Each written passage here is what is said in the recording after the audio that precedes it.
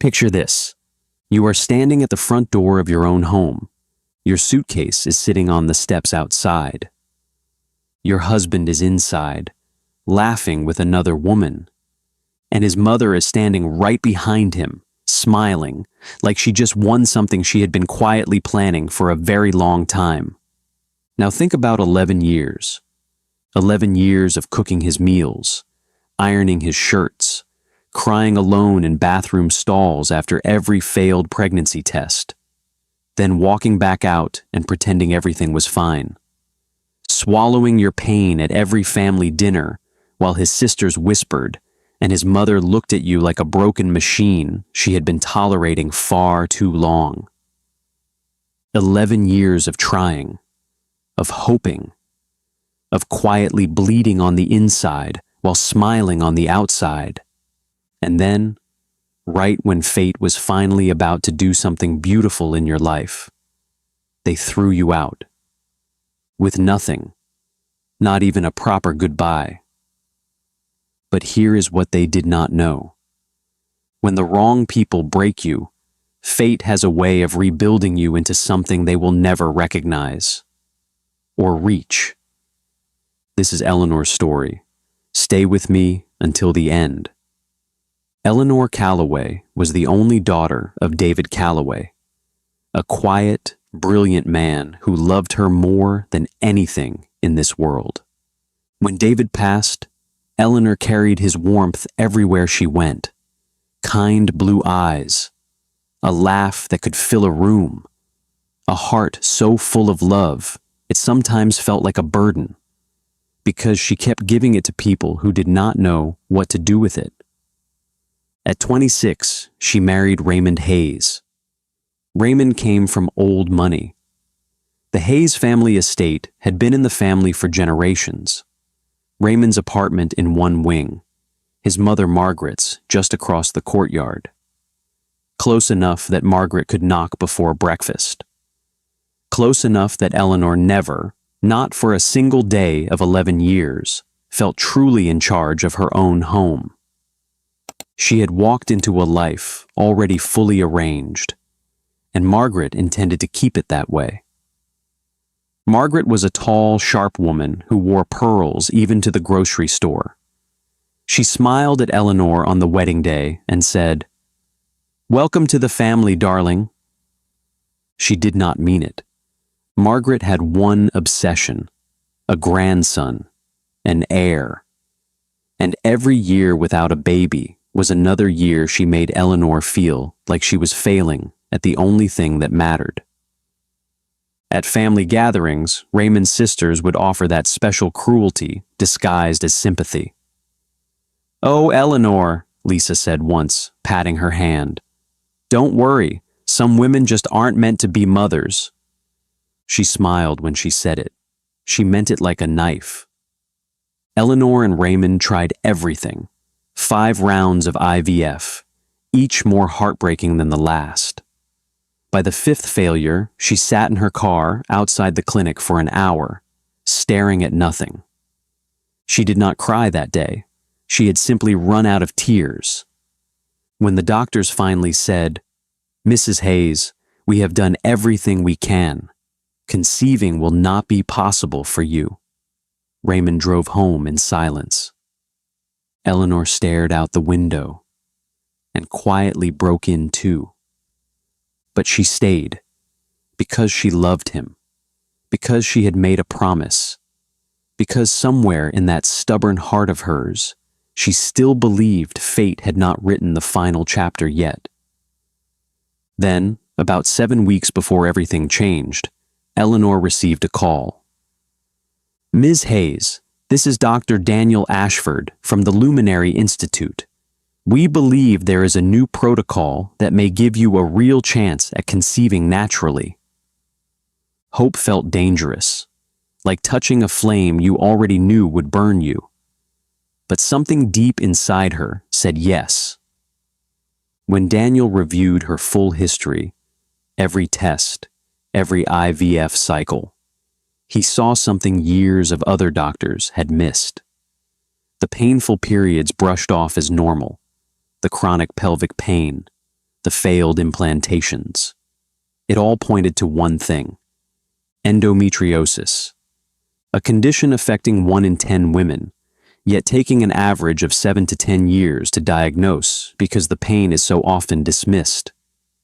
Every round of IVF had been fought inside a body silently working against her, and no one had ever told her why. "This was never your fault," Daniel told her. "You were never the problem. You were simply never given the right diagnosis." His treatment, surgery to remove the disease from the root, followed by targeted medication, gave her the best possible chance to conceive naturally. Eleanor followed every instruction faithfully. She did not tell Raymond. Hope had become something she carried alone. One evening she came home feeling different, lighter, like something quiet had shifted inside her.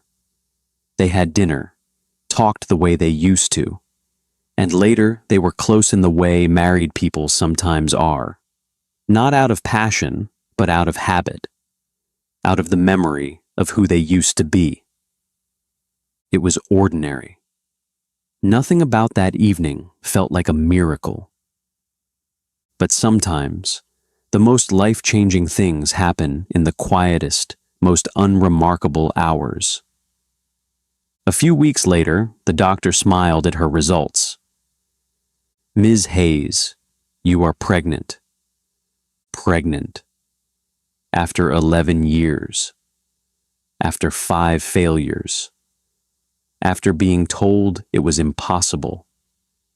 She walked home with her hand on her stomach, heart so full she could barely breathe. She was going to tell Raymond. She imagined finally being enough. She never got the chance. Her suitcase was on the steps, divorce papers on top. Through the window, Raymond laughing with a woman she had never seen. Vanessa, young, confident, already at home in Eleanor's kitchen, and Margaret right beside them, wearing the same smile from the wedding day, the one that never quite reached her eyes. Eleanor's hand moved to her stomach. She wanted to say, "Wait, I am carrying your child. Right now. I am carrying new life, and you are throwing me away." But something stopped her. Maybe dignity. Maybe fate whispering, "Not here. You are worth more than begging at this door." So she turned around, picked up her suitcase, and walked. She walked until the streets grew quieter, stopped on a sidewalk, set her suitcase down, and stared at her own reflection in a shop window. Tired, betrayed, pregnant, and alone, but still standing. That was when a sleek black Mercedes slowed and stopped. Sir William Ashford was 67, a man who had built a quiet empire through patience and principle. He was being driven home when something made him glance out the window and see her, a woman alone with a suitcase, staring at her reflection with the stillness of someone trying very hard not to fall apart. Something about her face made his chest tighten. Familiar. Just out of reach. "Stop the car! Reverse! Slowly!" He stepped out and walked toward her, took both her hands in his, the way an elder does, because some moments do not require permission. "Why are you crying?" That voice, warm and without judgment, broke something open in Eleanor. She told him everything. He did not interrupt, did not check his watch. He simply listened with the full, rare gift of his complete attention. When she finished, he said, "You will be safe, and you will not be alone." Eleanor had been strong all evening, through the suitcase, through the walk, through all of it. But those 7 words, spoken so simply, without condition, were the first kind ones anyone had offered her all day. She said yes before she had finished deciding to. He picked up her suitcase himself and carried it to the car. The drive was quiet, not uncomfortable, just still. The kind of stillness that settles between two people who have both learned not to fill silence with noise. Eleanor watched the city move past the window. Streetlights, late traffic. The ordinary world continuing on as if nothing had shifted. Sir William did not ask questions. He simply sat across from her with the calm of a man who had long ago stopped needing to perform ease, and simply had it. At one point he said, "Are you warm enough?" That was all. But something about the smallness of it, the simple, unhurried care of it, made her throat tighten in a way the whole evening hadn't managed to. She nodded and turned back to the window. By the time the car stopped, she had stopped shaking. When the penthouse door opened, Eleanor stepped inside and froze. Standing across the room, calm and completely at home, was Dr. Daniel Ashford. Her doctor, the man who had called her, the man who had changed everything. Their eyes met. The shock was mutual. "You know each other?" Sir William asked. "He is my doctor," Eleanor said softly. Sir William looked at his son, because Daniel was exactly that, and an unreadable smile crossed the old man's face. "Come and sit," Daniel said gently. "You have had a very hard day."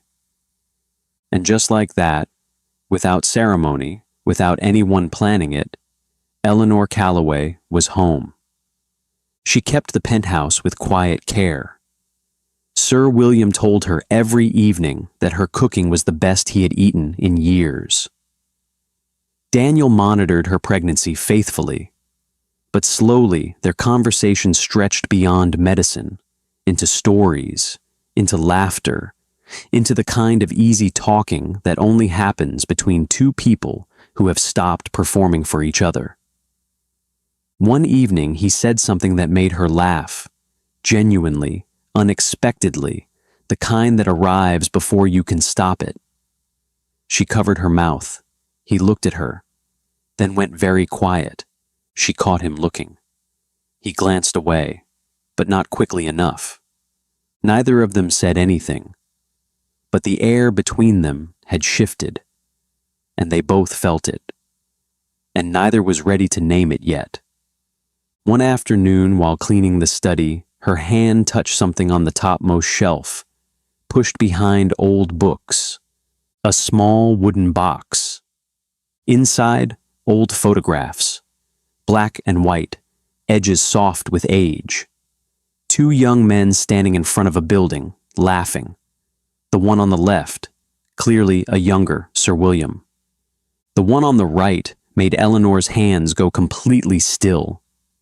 She knew that face. She had grown up with that face. She had memorized every line of it before she lost it forever. Her father, David Calloway. Sir William appeared in the doorway immediately. "What happened?" She held up the photograph with shaking hands. "Do you know this man? The one beside you?" Sir William took it, looked, then looked at her, then back at the photograph. "David," he said, the name coming out like something held for a very long time. "David Calloway, my closest friend, for over 40 years. He passed away 4 years ago. I looked for his family. I never found them." "He is my father," she whispered. The silence that followed was the deepest she had ever sat inside. Sir William looked at her face, her eyes, the way she held herself, and 40 years of friendship came flooding back. No wonder that face on the sidewalk had stopped him. He had been looking at David Calloway's daughter and had not even known it. The old man wept, not quietly. Deep, shaking, real tears that had years of love and loss behind them. Eleanor wrapped her arms around him, this stranger who had stopped his car for her, given her shelter when she had nothing, and who had been her father's dearest friend without either of them knowing it. She held him while he cried, and he held her back, tight the way a father holds a daughter, and said into her hair, "No wonder I could not stop thinking about your face. From the very first moment I saw you, I knew you. I just did not know that I knew you." He cupped her face in his old hands. "You are home now. David's daughter is home." From that evening, she stopped calling him Mr. Ashford. She called him Papa William. The first time it slipped out, softly, handing him tea one quiet morning, he stopped, his eyes filled. He put his hand over hers, and neither of them needed to say anything else. He told her about her father's estate, preserved and protected, waiting for her, because David had trusted Sir William with that task, and Sir William had never once considered failing him. Eleanor had an inheritance. She had always had one. She simply had not known where to find it until now. Everything her father had built had been quietly waiting for her all along. It was an ordinary Tuesday afternoon when Daniel knew. She was in the sitting room, shoes off, one hand resting on the curve of her bump, reading aloud to the babies she had not yet met. She did not know he was there. He stopped in the doorway and just watched her. Something in his chest gave way. Slow, complete, inevitable. He had fallen in love with her, not in spite of everything she had been through, but because of who she had remained through all of it. That evening he went to Sir William, found him in his armchair, reading, and sat across from him. "I want to marry her. I am asking for your blessing, because she is David's daughter and she deserves to be asked for properly." Sir William set his book down, looked at his son for a long, careful moment. "She has been through enough. If you are not certain, do not start." "I have never been more certain of anything in my life." Sir William held his gaze, then gave one slow, deliberate nod. On a clear winter morning at the Luminary Institute, Eleanor gave birth to 3 babies, James, Thomas, and Rose. Daniel delivered them himself. He was not going to let anyone else be in that room. And when the first cry came, then the second, then the third, Eleanor laughed and sobbed at the same time. 3. After everything. 3. One evening, babies asleep, they sat on the balcony together. "You are the strongest person I have ever met," Daniel said. She shook her head. "Not strong because nothing hurt you," he said. "Strong because everything hurt you, and you still chose to keep going, every single time." Then he went quiet and looked at her the way he had been carefully not looking at her for months, and said it plainly. "I have fallen in love with you. I am not asking you for anything. I just needed you to know." She looked at him in the soft evening light. This man who had called her when no one else would, who had never once looked at her like she was less than she was. She did not answer with words. She reached across and took his hand.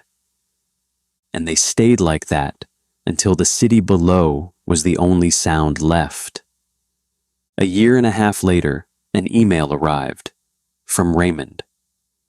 "You are invited to my wedding. Come and see how quickly my mistress got pregnant." 7 cruel words designed to remind her she was someone he could still wound. Daniel found her, read it, set it down carefully. He wants to hurt you.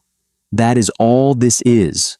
A small man who made the worst decision of his life and cannot live with it. Her eyes were fierce, not sad, fierce. Then let him see, she said softly. Let him see exactly what he threw away. That evening, Papa William read the email in his armchair, was quiet for a moment.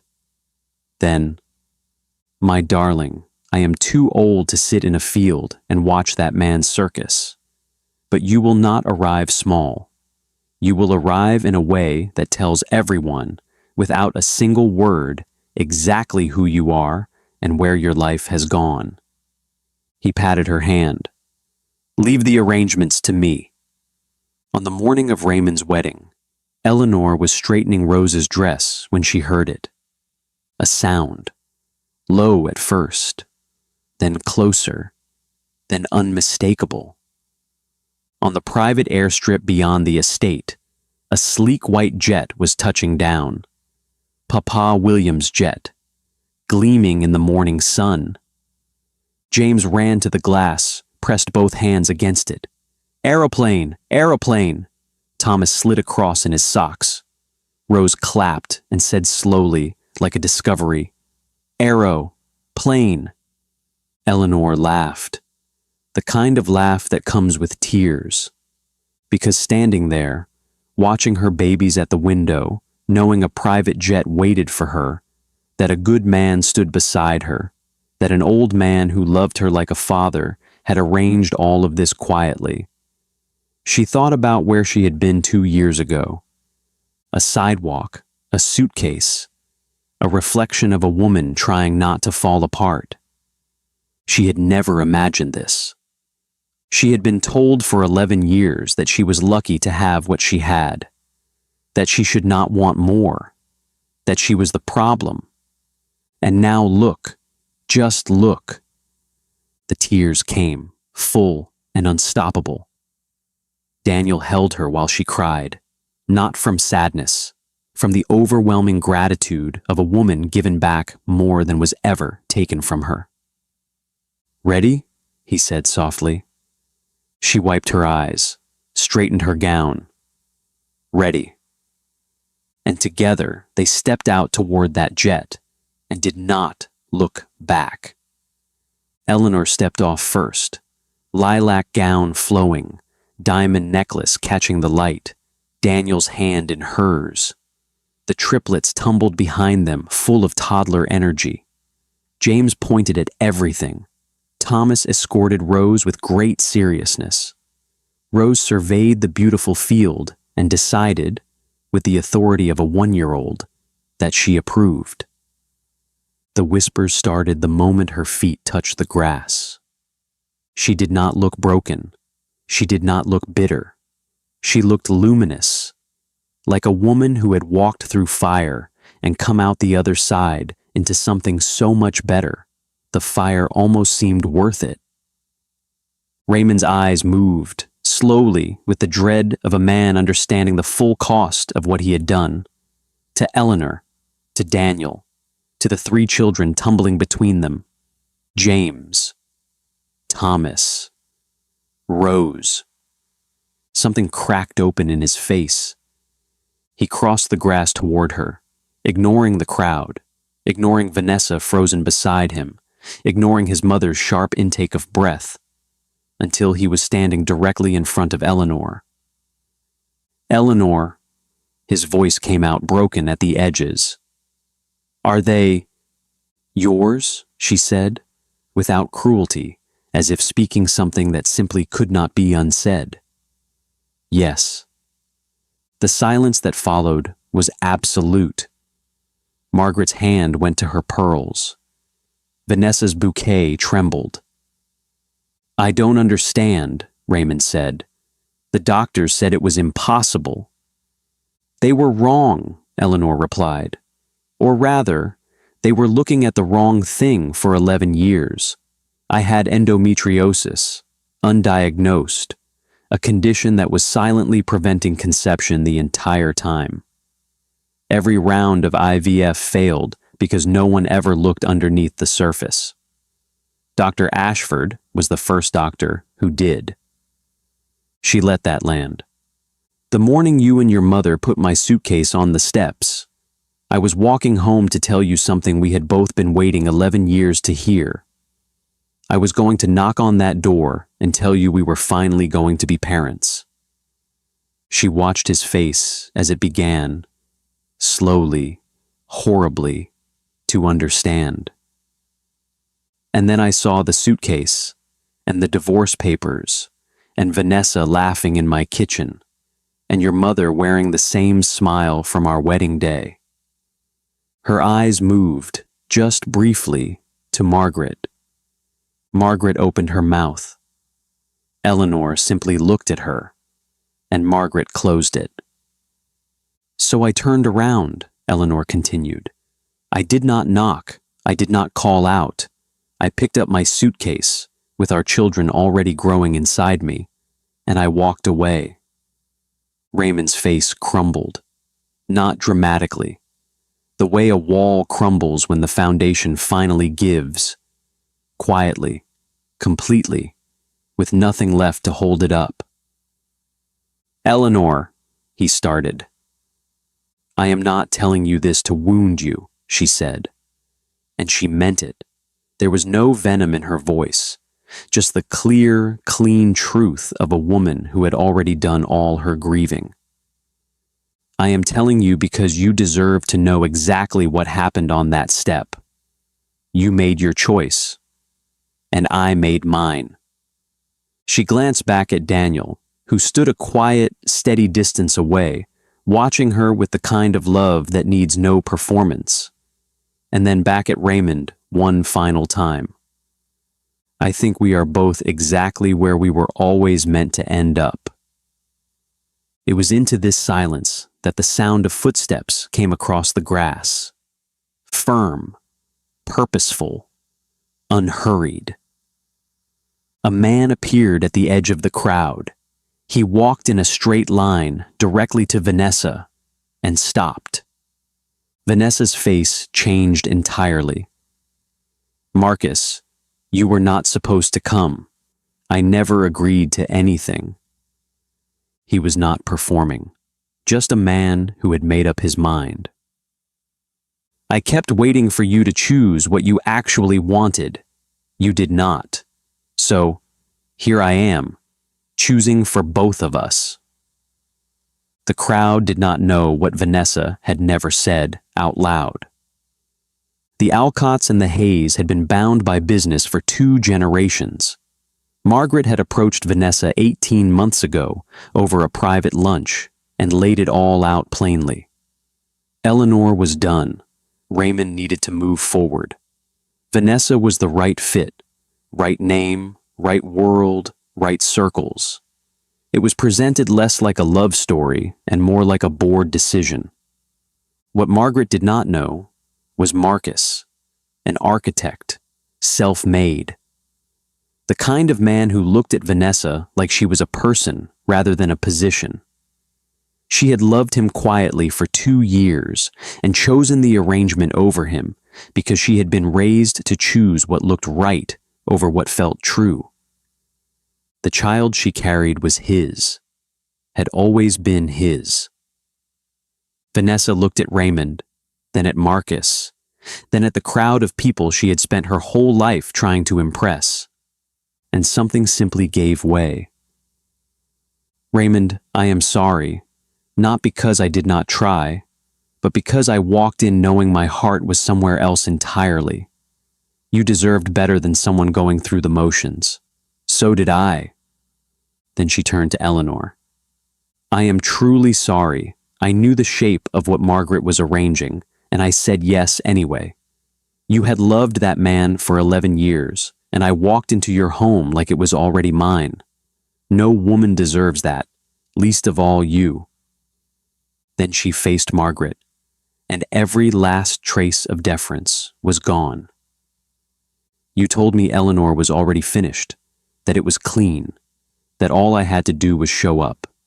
You never mentioned 11 years of IVF. You never mentioned a woman who was still hoping. You picked me the way you pick wallpaper, Margaret, because I matched the room." Margaret opened her mouth. "It is already done," Vanessa said quietly. And Margaret Hayes, pearls, posture, and all, stood completely silent. For the first time in her life, she had no move left to make. Raymond was not looking at Vanessa. He was not looking at Marcus or his mother. He was looking at James, crouched down inspecting a beetle in the grass with complete scientific seriousness. At Thomas, holding Rose's hand because she had decided she was done standing and wanted to sit. At Rose herself, who looked up at that moment directly at Raymond with Eleanor's eyes. Wide, unbothered, entirely unaware of what she had just done to him simply by existing. Raymond Hayes stood alone in the middle of everything he had arranged, and lost, and broken, and could never, ever get back. Karma does not always arrive loudly. Sometimes it walks in wearing a lilac gown, holding a good man's hand, with 3 children laughing in the grass, and simply stands still and lets the truth finish the rest. Daniel turned to Eleanor, reached into his pocket, dropped to one knee on the grass, in front of everyone who had ever doubted her. "Eleanor Calloway, you are the most remarkable woman I have ever known. Will you marry me?" The tears came before she could stop them. She nodded. He rose, cupped her face in both hands, slowly, deliberately, and kissed her, right there on that field, in front of Raymond, in front of Margaret, in front of every person who had ever looked at her like she was not enough. It was not a performance. It was a declaration, tender and unhurried, and absolutely certain. The kind of kiss that says, "I see you, I choose you, I am not afraid of who is watching." James grabbed Thomas's hand and watched the adults cry with solemn toddler curiosity. Rose clapped and laughed, because she was Rose, and the whole world was still wonderfully simple to her. They married weeks later in early spring. Small, intimate, just the people who had earned the right to be in the room. Papa William sat in the front row in his best suit, already blinking too much. When Eleanor appeared, Daniel forgot how to breathe. She was not performing for anyone, just walking toward him with her eyes on his face. And the steadiness in her gaze undid him completely. The vows were their own words, no borrowed poetry, just 2 people saying plainly what they meant. "I see you, I am staying, I will keep showing up." They had both lived enough to know those were the only promises that mattered. Afterward, Daniel held her in the middle of the room, forehead to forehead, barely swaying. Across the room, Papa William sat with Rose asleep on his chest, one tiny fist curled around his lapel, pretending hard not to cry. He caught Eleanor's eye and smiled, full, unguarded, carrying David Calloway in it, and 40 years of friendship, and a photograph in a wooden box. She smiled back. And that was everything. Months later, an ordinary morning. 3 toddlers at the breakfast table. All opinions, no patience, scrambled eggs everywhere. James had redesigned his plate into something only he understood. Thomas was explaining himself to his cup. Rose ate one solemn bite at a time, pausing to assess the situation. Eleanor stood at the counter laughing, really laughing, at something James had just done with his spoon. She did not know Daniel was watching her from the doorway. He was watching her the way he had watched her months ago, before he had names for any of it. Except now it was his doorway, his kitchen, his children, and this woman was his wife. He thought, this is everything. Not the grand moments, but this. Tuesday morning, 3 opinionated toddlers, a woman laughing in morning light. He walked over and put his arms around her from behind. She leaned into him, the easy, thoughtless lean of someone who has learned it is safe to rest. James looked up and pointed with his spoon, satisfied. Rose said, "Daddy." Thomas continued his address to the cup, and Eleanor laughed again, and the sound filled the kitchen, and Daniel held her a little tighter, and the morning moved forward the way good mornings do, ordinary, unhurried, and entirely enough. She had kept walking, even when she had nothing left but the next step. And look, just look, where the walking had brought her. 3 children, a man who loved her completely, an old man with tears in his eyes and her father's face in his memory, and her daughter asleep in his arms. And a life full, real, entirely hers, more beautiful than anything she ever thought to ask for. The woman they threw out with a suitcase had found her way home, not back to the home she had lost, to the one she had always deserved. If you enjoyed this love story, please like, comment, and subscribe to see more heartfelt tales. Your support helps us continue creating the stories that make your heart race.